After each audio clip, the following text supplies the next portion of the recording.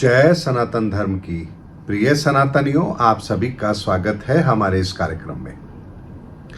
सनातनियों, मैंने आपको एक वीडियो दिया था 8 सितंबर से चंद्र ग्रहण आरंभ होगा और उसके बाद से लगातार आप इस धरती पर कुछ ऐसा घटित होता हुआ देखेंगे और इसकी फ्रिक्वेंसी इतनी ज़्यादा होगी कि लगातार आपको कुछ न कुछ देखने सुनने को जरूर मिलेगा। और ईमानदारी से सोचिए कि 8 सितंबर के बाद से लगातार रोज कुछ न कुछ ऐसा जरूर हो रहा है जो पूरी दुनिया को आश्चर्यचकित जरूर करता है। चाहे वो फिर फ्रांस की तरफ से हो, अमेरिका की तरफ से हो, ईरान की तरफ से हो, या रशिया की तरफ से हो, या यूक्रेन की तरफ से हो, भारत की तरफ से हो, चाइना की तरफ से हो, पाकिस्तान की तरफ से हो, कहीं से भी हो, लेकिन कोई ना कोई देश रोज एक ऐसी चीज जरूर दुनिया के सामने रख रहा है जो हमें सोचने पर मजबूर कर रहा है कि आखिर हम जा रहे हैं तो किस दिशा में जा रहे हैं। डोनाल्ड ट्रंप रोज नया पैंतरा खेलते हैं। अभी अमेरिका के अंदर उन्होंने H1B वीजा को लेकर के एक नया आदेश जारी कर दिया, उसके बाद उससे वो पलटते हैं। ये लगातार जो सिचुएशन चल रही है सनातनियों, अक्टूबर माह के अंदर इसके और विकराल रूप धारण करने की पूरी संभावना बनेगी। ये बात मैं आपसे क्यों कह रहा हूं, इस बात की गंभीरता को समझिए। जैसे जैसे समय नजदीक आता जा रहा है युग परिवर्तन के अंदर उस महत्वपूर्ण घटनाक्रम के होने का, वैसे वैसे दुनिया कुछ ऐसे कदम उठा रही है जो उसको नहीं उठाने चाहिए। लेकिन चूंकि अब 30 मार्च 2025 के बाद ये निर्धारित हो चुका है कि युग परिवर्तन होना है और इतने समय के अंदर होना है, और उसकी प्रक्रिया क्या रहेगी, अगर ये सब चीजें पहले से ही निर्धारित की जा चुकी है तो दुनिया को तो उसी के अनुसार काम करना होगा। और इसीलिए आप रोज ऐसी परिस्थितियों का निर्माण होते हुए देख रहे हैं जो ठीक नहीं है। लेकिन इसके साथ में एक और चीज है जो हम लोगों के बीच में आ रही है, लेकिन संकेतों के रूप में आ रही है।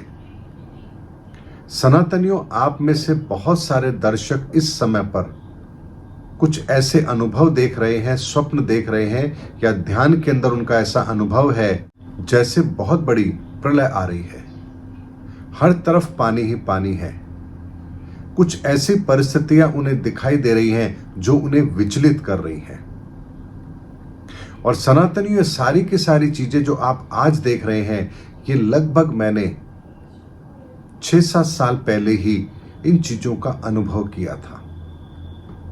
और ये अनुभव ऐसा था जो एक बार नहीं, कम से कम 3 बार मैंने देखा है, और ठीक वही देखा है जो मेरा पहला अनुभव था। यानी पहले अनुभव में जो मैंने देखा वही मैंने दूसरे अनुभव में देखा, और पहले अनुभव और दूसरे अनुभव के बीच में लगभग 6-7 महीने का समय था। उसके बाद तीसरा जब अनुभव देखा उसके बीच में लगभग 2 साल का समय का अंतराल था। लेकिन तीनों अनुभव मैंने एज इट इज देखे हैं, जैसे कोई पिक्चर मुझे दिखा रहा हो। और उस अनुभव के अंदर मैंने एक बहुत बड़ी प्रलय की वो तस्वीर देखी थी, जल प्रलय की वो तस्वीर देखी थी, जहां सब कुछ जलमग्न होने जा रहा है। और मैं चंद लोगों को लेकर के किसी ऐसे स्थान पर जा रहा हूं जहां वो सुरक्षित रह सके। और यकीन मानिए, बहुत ऊंचे पहाड़ की चोटी पर भी जब मैं उन लोगों को, यानी कुछ लोगों को लेकर के जा रहा हूं, उस जगह के जो लोग हैं उनमें से कुछ लोग जो मेरे साथ हुए, उनको लेकर जब मैं उस चोटी पर पहुंच रहा हूं, तो आप समझ लीजिए कि उस पहाड़ की चोटी के ऊपर जो मंदिर बना है, उस मंदिर के भी शिखर पर हम कुछ लोग पहुंच चुके हैं। पानी वहां तक आ चुका है। ऐसा दृश्य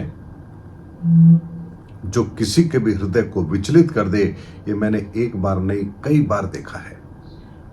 और वर्तमान के अंदर यही दृश्य, इसी तरह के दृश्य अब बहुत लोग देखने लगे हैं। तो क्या इसे हम एक कोइंसिडेंस समझें कि अरे ऐसा हो सकता है, लोगों की कल्पना हो सकती है?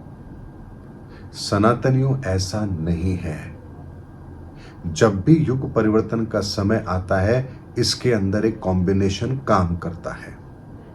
कॉम्बिनेशन कैसे काम करता है कि इस सृष्टि का आरंभ ईश्वरीय सत्ता से होता है, यानी उस एक से होता है। उस ईश्वरीय सत्ता के बाद में फिर इस धरती पर दूसरा तत्व सक्रिय होता है, तो लोगों के भीतर एक पवित्र भावना जन्म लेती है। उस पवित्र भावना के जन्म लेने के बाद जब तीसरा आयाम इस धरती पर सक्रिय होता है, तब इस धरती पर कुछ स्थायी विकास होते हैं, कुछ ऐसे योद्धाओं का जन्म होता है जो इस समाज को, इस देश को, दुनिया को मार्गदर्शन देने का काम करते हैं। जब चौथा एलिमेंट सक्रिय होता है तो हमारे जीवन के अंदर बहुत सारी ऐसी चीजों को शामिल किया जाता है जो हमारे जीवन को बेहतर बनाने के लिए हो, यानी एक आधुनिक विज्ञान इस जगह पर काम करता है। जब पांचवा डायमेंशन इस जगह पर काम करता है, फोर्थ डायमेंशन के बाद में, तो यहां धर्म की स्थापना का कार्य होता है। सिक्स्थ डायमेंशन के अंदर हम अपने जीवन के अंदर उन बहुमूल्य चीजों को प्राप्त करते हैं जो एक व्यक्ति के जीवन को सर्वश्रेष्ठ बना सके, यानी भौतिक संपन्नता अपनी चरम सीमा पर होती है। सातवें डायमेंशन के अंदर ये संसार बेहतर होता है, सुखी होता है और हर तरफ न्याय होता है। ये मैंने आपको इसका एक अच्छा रूप बताया है, लेकिन ऐसा ही इसका विकराल रूप, इसका विपरीत रूप भी जन्म लेता है। और इसीलिए इस धरती के प्रत्येक कालखंड के अंदर अगर देवता भी रहे हैं तो असुर भी रहे हैं। इसी डायमेंशन के अंदर पहले डायमेंशन में जब ये नकारात्मक रूप लेती है तो यहां ईश्वर को चैलेंज करने वाले लोग भी इस धरती पर आते हैं। दूसरे डायमेंशन के नकारात्मक भाव के अंदर ऐसे लोग भी इस धरती पर आते हैं जो लोगों के मन की शांति को भंग करते हैं। तीसरे नेगेटिव डायमेंशन के अंदर वो लोग इस धरती पर आते हैं जो अपने बाहुबल का दुरुपयोग करते हैं। चौथे डायमेंशन के अंदर नेगेटिव वो लोग आते हैं जो अपनी बुद्धि के द्वारा इस संसार को प्रभावित करने की कोशिश करते हैं और एक नई विचारधारा इस दुनिया को देने की कोशिश करते हैं। पांचवें डायमेंशन के अंदर हमारा धर्म भी विकृत हो जाता है और ऐसे लोग पैदा होते हैं जो धर्म का ही व्यापार करते हैं।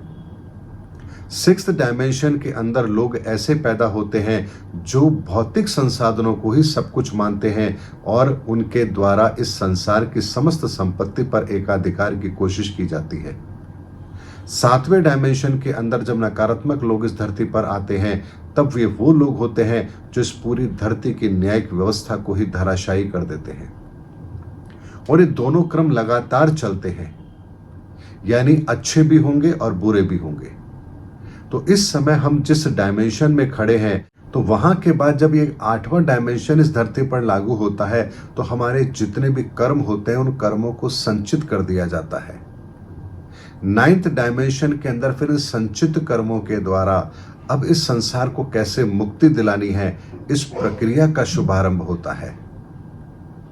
और नाइन्थ डायमेंशन के बाद में जब ये सारी प्रक्रियाएं पूरी कर ली जाती हैं तब एक शून्य का निर्माण होता है।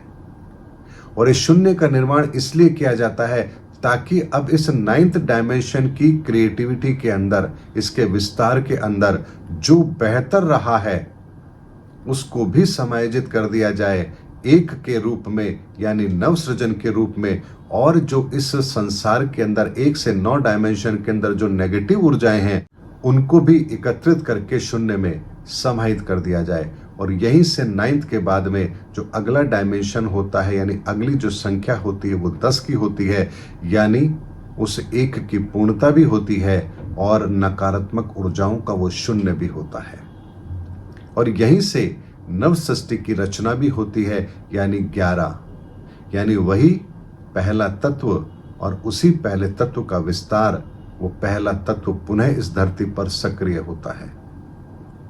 इसीलिए सनातनी एक बात को समझ लीजिए कि वर्तमान में जो कुछ हो रहा है ये सब कुछ इसलिए हो रहा है ताकि इस धरती की जितनी भी नकारात्मक ऊर्जाएं हैं, नकारात्मक दृष्टिकोण के व्यक्ति हैं, चाहे वो किसी भी परिस्थिति के अंदर हो, चाहे वो किसी राष्ट्र के राष्ट्राध्यक्ष हो या सड़क पर बैठा हुआ एक भिखारी हो, हर व्यक्ति की यानी कि ऐसे नकारात्मक ऊर्जाओं को एक जगह एकत्रित करके ऐसी परिस्थितियों का निर्माण जहां पर इन सारी नकारात्मक ऊर्जाओं को शून्य में समाहित कर दिया जाए, वर्तमान में वही समय चल रहा है।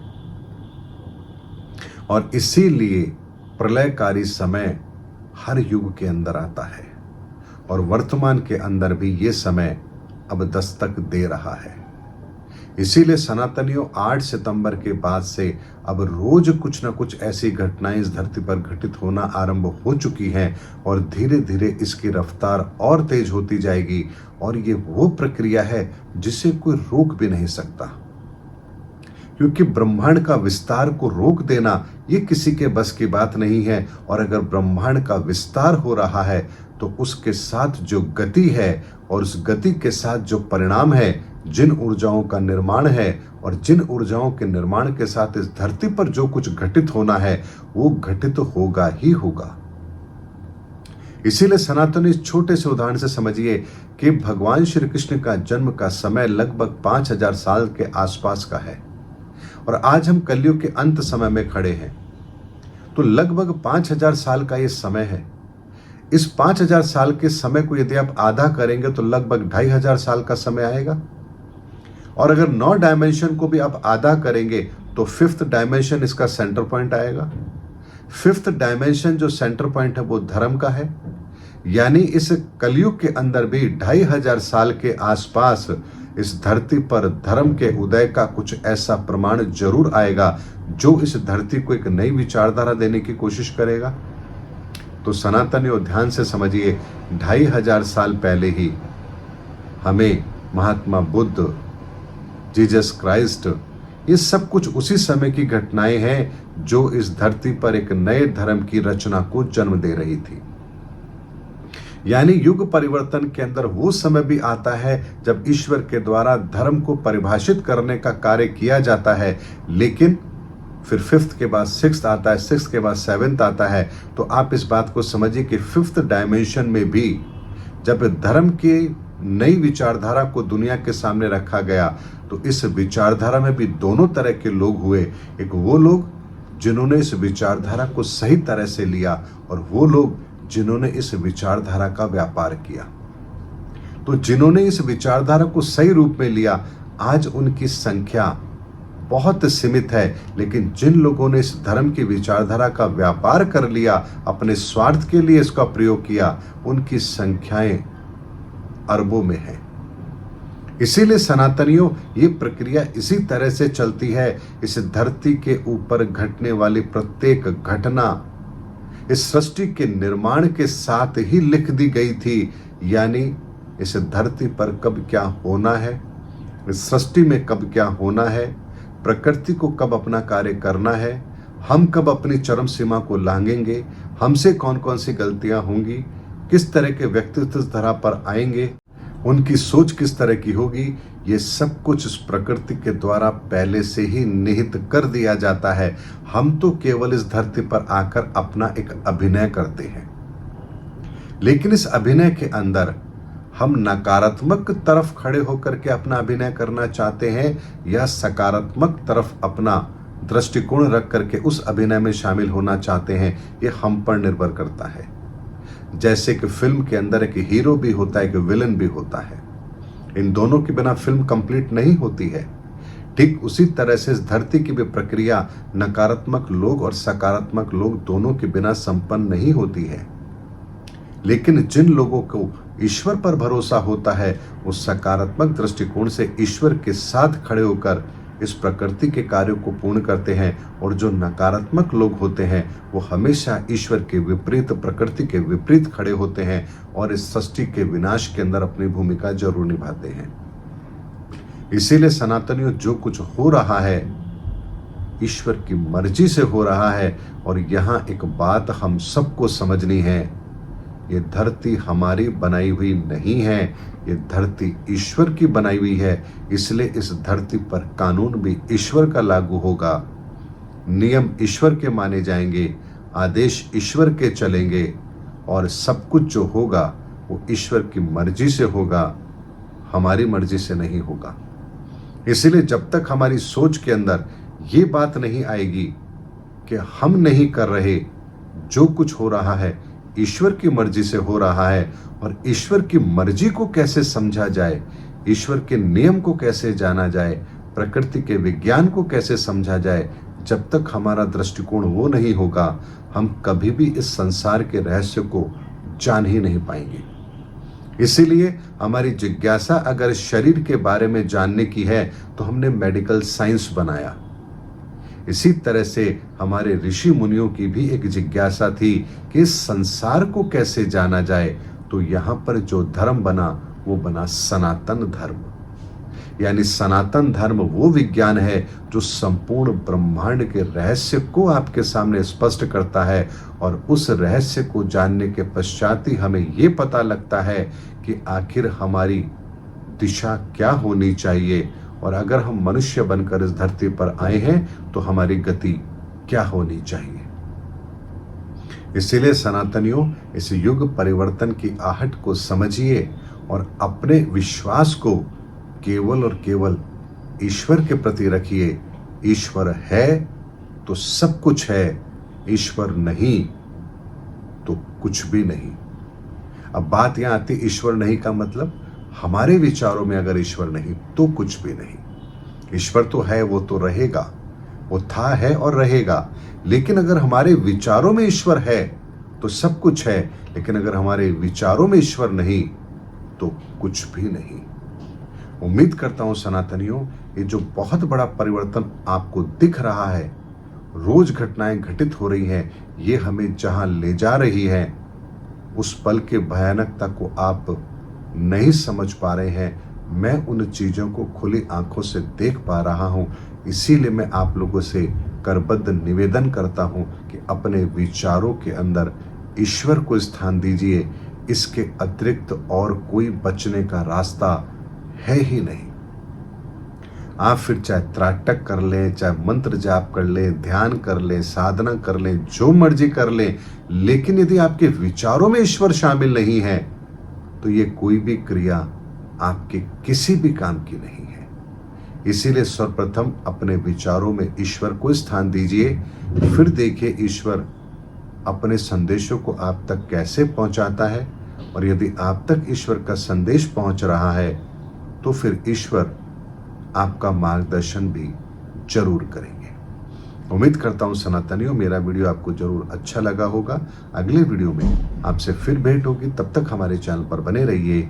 जय सनातन धर्म की, जय धर्मयुग की, जय सनातन विश्व।